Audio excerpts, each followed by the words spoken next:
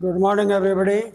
In 11th class, the unit is the periodic table, and today we have to discuss about the block-wise classification of the element. देखिए, आपने पहले table आप पढ़ चुके हैं, मोजले की टेबल आपने पढ़ी, मॉडर्न पीरियोडिक जो लॉन्ग फॉर्म टेबल है वो आपने उसको पढ़ा है, और उसमें आपने क्या पढ़ा है लॉन्ग फॉर्म पीरियोडिक टेबल में। वापस इसको थोड़ा सा रिपीट कर देंगे हम। लॉन्ग फॉर्म पीरियोडिक टेबल, तो उसमें क्या थे कि 7 तो आपके थे पीरियड्स, आवर्तों की संख्या, और 1 से लेके 18 तक ये हमारे कहलाते हैं ग्रुप्स। तो 1 से 18 ग्रुप तो बहुत ज़्यादा होते हैं। तो अब हम क्या करते हैं कि लॉन्ग फॉर्म पीरियोडिक टेबल को संक्षिप्त के अंदर कर लेते हैं। इसको जरा संक्षिप्त में पढ़ने की कोशिश करते हैं। उससे क्या होगा कि अगर हम इसी 18 वर्ग वाली जो टेबल है उसको अगर हम 4 अलग अलग भागों में विभाजित कर लें तो अब हमारा अध्ययन जो है ना और भी सरल हो जाता है और इजी हो जाएगा। तो ये जो अध्ययन की सरलता है यही हमारा मुख्य उद्देश्य है कि पीरियोडिक टेबल में किस प्रकार से उसका डेवलपमेंट किया जाए जिससे कि हमारे केमिकल और फिजिकल प्रॉपर्टीज जो एलिमेंट्स की है उसको समझने में और अधिक सरलता आ जाए। तो ब्लॉक वाइज क्लासिफिकेशन में हम पूरी सारणी को, ये जो लॉन्ग फॉर्म पीरियोडिक टेबल है इसको हम 4 वर्गों के अंदर बांटते हैं। ठीक है, तो ये जो 4 वर्ग है वो एस, पी, डी और एफ, ये ब्लॉक्स कहलाते हैं। इनको हम ब्लॉक्स बोलते हैं। तो S block, P block, D block और एफ ब्लॉक, ये 4 ब्लॉक जो है ना वो 1 से लेके 18 समूह, और जो हमारा 7 जो हॉरिजॉन्टल्स हैं, जो आवृत हैं, उन पूरे को हमने पूरी टेबल को इन 4 अलग अलग खंडों के अंदर विभक्त कर लिया है। तो ये खंड अनुसार हमने तत्वों का वर्गीकरण किया है। तो आवर्त सारणी में जो तत्व का स्थान है उसके अंतिम उपकोष में इलेक्ट्रॉन की संख्या या अंतिम कक्ष में क्वांटम संख्या के आधार पर निश्चित है। किसी भी एलिमेंट का स्थान आवर्त सारणी में कौन सा वर्ग और कौन से आवर्त में होगा ये निश्चित होता है उसकी परमाणु संरचना, उसके इलेक्ट्रॉनीय विन्यास के आधार पर। अर्थात कि किसी भी समूह में जब हम ग्रुप की बात आते हैं ये, तो ग्रुप की पहचान कहाँ से होगी कि उसका जो वैलेंस शेल है, वैलेंस शेल जो होता है ना वो हमारा अंतिम होता है, द लास्ट एनर्जी लेवल। तो जो अंतिम ऊर्जा कक्ष है उसमें नंबर ऑफ इलेक्ट्रॉन कितने हैं, नंबर ऑफ इलेक्ट्रॉन। जैसे आपसे पूछा जाए कि सोडियम कौन से वर्ग का है तो आप शीघ्रता से बता देंगे कि Na जो होता है उसका अंतिम कक्ष 3s होता है वैलेंस शेल, और उसमें इलेक्ट्रॉन कितने होते हैं, 1 होते हैं। इसलिए ये जो सोडियम है, ये सोडियम जो है ना वो फर्स्ट ग्रुप का हुआ। क्यों फर्स्ट ग्रुप का हुआ?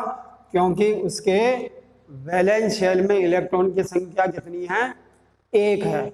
तो सामान्यतया तत्वों की जो स्थिति है, उनके जो ग्रुप की स्थिति है उनको हमने इलेक्ट्रॉनिक कॉन्फ़िगरेशन से जोड़ दिया कि उसका इलेक्ट्रॉनीय विन्यास कितना है, 3s1। अब आपसे पूछा जाए कि ये कौन से आवर्त में है, तो number of energy level, the total number of energy level, वो एनर्जी लेवल जो इलेक्ट्रॉन से भरे गए हैं। ठीक है ना, ये फील्ड एनर्जी लेवल कहलाते हैं।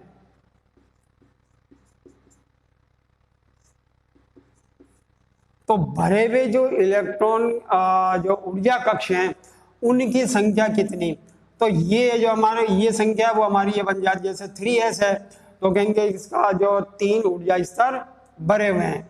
इसलिए इसका जो सोडियम है, ये सोडियम है क्योंकि ये 3s1 है, तो 3s जो है ना हमारा, ये 3s, तो 3 होने के कारण इसका जो पीरियड है ना, नंबर ऑफ पीरियड, ये कौन सा हो जाएगा, 3। तो इस तरह से सोडियम का आवर्त सारणी में स्थान उसकी केवल मात्र इस वैलेंस शेल की जो इलेक्ट्रॉनिक कॉन्फ़िगरेशन है उससे हमने पता कर लिया कि सोडियम तीसरे आवर्त के प्रथम समूह का है। ठीक है, तीसरे आवर्त के प्रथम समूह का है। तो ये एक सरलता हो गई कि तत्वों की स्थिति जो है वो आवर्त सारणी में किस प्रकार से निश्चित की जाती है। अब हम इसी को आधार बनाते हुए कि कुछ समूह जो हैं वो समान गुण के होते हैं, उनके इलेक्ट्रॉनीय विन्यास में क्रमिक परिवर्तन इस प्रकार से होता है कि उनके गुणों में समानता आती है। तो समान गुण वाले जो समूह हैं वैलेंस शेल के अनुसार, वैलेंस शेल के आधार पे, ठीक है, कि संयुक्ता का कोश कौन सा है, उसमें कितने इलेक्ट्रॉन हैं, उस आधार पर उनको हमने एक अलग से खंड के अंदर विभक्त कर लिया। तो ये जो खंडों का जो आधार बना है, अर्थात वर्गीकरण का जो आधार खंड के अनुसार बना है, ये वास्तव में वैलेंस शेल की स्थिति के आधार पे है। वैलेंस शेल के आधार पे ही हम आवर्त सारणी को इन 4 खंडों में विभाजित कर सकते हैं। तो ये एक सामान्य बात हुई, किस तरह से आप देखें।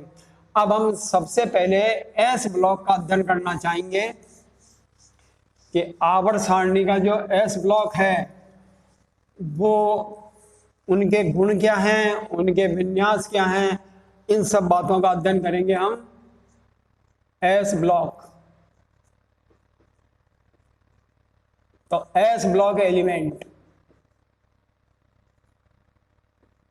Long form of periodic table में एस ब्लॉक एलिमेंट। तो एस ब्लॉक की विशेषता क्या क्या होगी।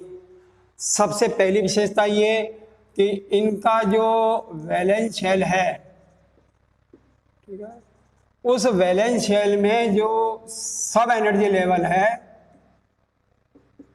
उप ऊर्जा स्तर, ये कौन सा होगा, एस होगा।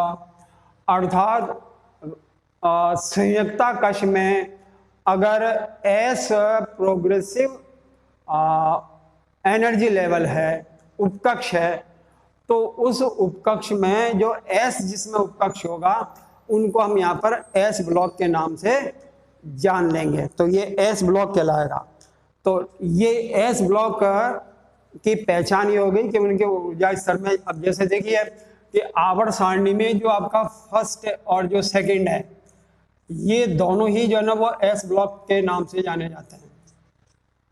क्यों? क्योंकि यहां पर जो है ना इनका कॉन्फ़िगरेशन होता है NS1 और यहां हो जाता है NS2। तो NS1 और NS2 दोनों में S उपकक्ष हो गया, इसलिए इन S उपकक्ष वाले ये जो एलिमेंट है इनको हमने एक अलग से एक खंड बना लिया, जिससे कि इनके गुणों में समानता असमानता का अध्ययन हम कर सकते हैं। तो ये जो फर्स्ट ग्रुप होता है इसको हम यहाँ पर एल्कली मेटल, और ये कहलाते हैं एल्केलाइन अर्थ मेटल। ये एल्कलाइन अर्थ मेटल्स कहलाते हैं। तो इसको तो कहते हैं हम क्षार धातु, और इसको कहते हैं हम क्षार मृदा धातु। तो क्षार और क्षार मृदा धातु ये दोनों ही जो प्रथम और द्वितीय समूह हैं ये एस कक्ष कहलाते हैं। अब जब इनकी पोजीशन के बारे में आपसे पूछा जाए कि मॉडर्न पीरियोडिक टेबल में एस ब्लॉक की स्थिति कहाँ है, तो आपका उत्तर क्या होगा, ये उस long form of periodic table में एक्सट्रीम लेफ्ट हैंड साइड, अर्थात एकदम बाएं किनारे पर स्थित हैं। आवर्त सारणी की शुरुआत हम करेंगे ना, तो पहला दूसरा तीसरा ऐसे 18 समूह में जाएंगे। तो पहला और दूसरा समूह ये बाईं कोने पे है। तो एस ब्लॉक जो है वो लॉन्ग फॉर्म पीरियोडिक टेबल के दीर्घ आवर्त सारणी के बाएं कोने पर स्थित होता है। NH1 जो है ना ये क्षार धातु कहलाती है और इसको क्षार मृदा धातु NH2 को नाम से इसको जानते हैं। अब इनको क्षार और क्षार मृदा क्यों कह रहे हैं उसके बारे में आपसे प्रश्न पूछा जा सकता है। सबसे पहले बात तो ये कि इनको, अब जैसे ये आपका लिथियम, ठीक है, लिथियम, सोडियम, पोटेशियम, ये जैसा 3 तत्व लिए, जब यहाँ पर एल्कलाइन अर्थ में आ जाएंगे तो ये बेरिलियम, फिर ये मैग्नीशियम और ये कैल्शियम, ये समूह के 3 तत्व, प्रथम 3 तत्व हमने लिए हैं, ठीक है ना। अब इन तत्वों के बारे में अगर आप ध्यान से देखें तो क्षार जो तत्व हैं इन सबके ऑक्साइड्स बना लीजिए आप, ठीक है। तो इनके जो ऑक्साइड्स होंगे जैसे Li2O, Na2O और K2O। तो क्षार जो हमारा क्षार वाला जो समूह है जिसमें लिथियम, सोडियम, पोटेशियम है, इनके ऑक्साइड का जलीय विलयन, ठीक है, इनके ऑक्साइड का जलीय विलयन क्षारीय प्रकृति का होता है, ठीक है। अर्थात ये लाल लिटमस को नीला कर देते हैं। तो इन तत्वों के ऑक्साइड का जलीय विलयन लाल लिटमस को नीला कर देता है। इससे सिद्ध होता है कि ये पदार्थ जो है वो क्षारीय प्रकृति के हैं। इसीलिए इन सभी तत्वों को हम एल्कली मेटल के नाम से जानेंगे। ये एल्कली मेटल का मतलब हुआ क्षार मृदा। अब आइए आप क्षार मृदा के बारे में। तो इनके जो ऑक्साइड्स हैं जैसे कि आपका BeO, MgO और CaO, कैल्शियम ऑक्साइड, ये इन सब के ऑक्साइड्स हो गए, इन सभी तत्वों के। तो ये जितने भी ऑक्साइड्स हैं तो इनके भी जो एक्वस सॉल्यूशन है, जो आपके जलीय विलयन हैं, वो सभी जलीय विलयन किस प्रकृति के होंगे? क्षारीय प्रकृति के। और क्षारीय प्रकृति की पहचान आप कैसे करेंगे? कि जब लाल लिटमस नीला हो जाए। तो जो बातें इनकी ऑक्साइड के जलीय विलयन में थी वही समानता इन दूसरे वर्ग के तत्वों के साथ भी हो गई। तो इस तरह से दोनों ही वर्ग जो है वो एक समान गुण अर्थात क्षार गुण रखते हैं। ये इसका मतलब हुआ। अब दूसरी बात देखिए इसमें कि इनको क्षार मृदा क्यों कहते हैं। तो आपको ये जानकारी होनी चाहिए कि जो हमारी मृदा होती है जैसे कि कैल्शियम सिलिकेट, ठीक है, मैग्नीशियम सिलिकेट, MgSiO3, तो ये जो आपके इन क्षार धातुओं के दूसरे वर्ग के तत्वों के जो सिलिकेट्स हैं, ये सिलिकेट हमारे इस मृदा की संरचना बनाते हैं। अर्थात कि हमारी जो भूपृष्ठ है, जो अर्थ क्रस्ट है, ये silicates of second group element से बनी हुई है, ठीक है। दूसरे समूह के तत्वों के सिलिकेट के द्वारा इस अर्थ क्रस्ट का या पृष्ठ सतह जो हमारे धरातल की है ये बनी होती है। इसलिए इसको कहते हैं क्षार मृदा, ठीक है ना। अर्थ क्रस्ट का मतलब हमारी पृथ्वी की अपर सरफेस होगी और इसी को हम मृदा बोलते हैं। और क्षार इनकी प्रकृति है, मृदा इनके द्वारा निर्मित होती है, इसलिए इनका नाम हो गया क्षार मृदा तत्व, अर्थात एल्कलाइन अर्थ मेटल। तो ये शॉर्ट आंसर में क्वेश्चन पूछा जा सकता है कि आप किस तरह से इनको आप बेरिलियम, मैग्नीशियम जो है ना वो क्षार मृदा तत्व है, सिद्ध कीजिए। तो ये क्षार मृदा तत्वों के बारे में।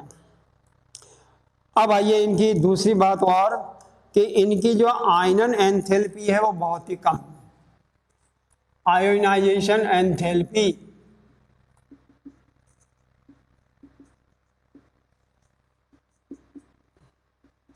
आयोनाइजेशन एंथैल्पी, तो इसको हम डेल्टा आई से डिनोट करते हैं। डेल्टा आई से आयोनाइजेशन एंथैल्पी, ये इन तत्वों की न्यूनतम होती है। पूरी आवर्त सारणी में 1 से 18 वर्ग। तो अगर 1 से 18 वर्ग तत्वों की हम आयनन एंथैल्पी की बात करें तो सबसे न्यूनतम आयनन एंथैल्पी एस ब्लॉक की होगी। तो एस ब्लॉक के तत्वों की आयनन एंथैल्पी सबसे कम। अब आयनन एंथैल्पी का मतलब थोड़ा सा आप समझ लीजिए, इसकी डिटेल तो बाद में हम चर्चा करेंगे। आयनन एंथैल्पी का मतलब होता है कि किसी तत्व के बाह्यतम कक्ष के इलेक्ट्रॉन को न्यूनतम ऊर्जा पर अगर निष्कासित करके और उसको आयन में कन्वर्ट कर लिया जाए तो उसको हम बोलते हैं आयनन एंथैल्पी। तो इनके अंदर बाह्यतम कक्ष में, क्योंकि इनमें NS1 या NS2 तो एक इलेक्ट्रॉन अथवा 2 इलेक्ट्रॉन होंगे, तो ये 1 या 2 इलेक्ट्रॉन बड़ी आसानी से बाहर निकाले जा सकते हैं थोड़ी सी ऊर्जा देने पे। इसलिए इनकी आयनन एंथैल्पी का मान सबसे न्यूनतम होता है। पूरी आवर्त सारणी में इस प्रकार से आप पढ़ सकते हैं। अब इसके बाद इनका ये मेटेलिक कैरेक्टर।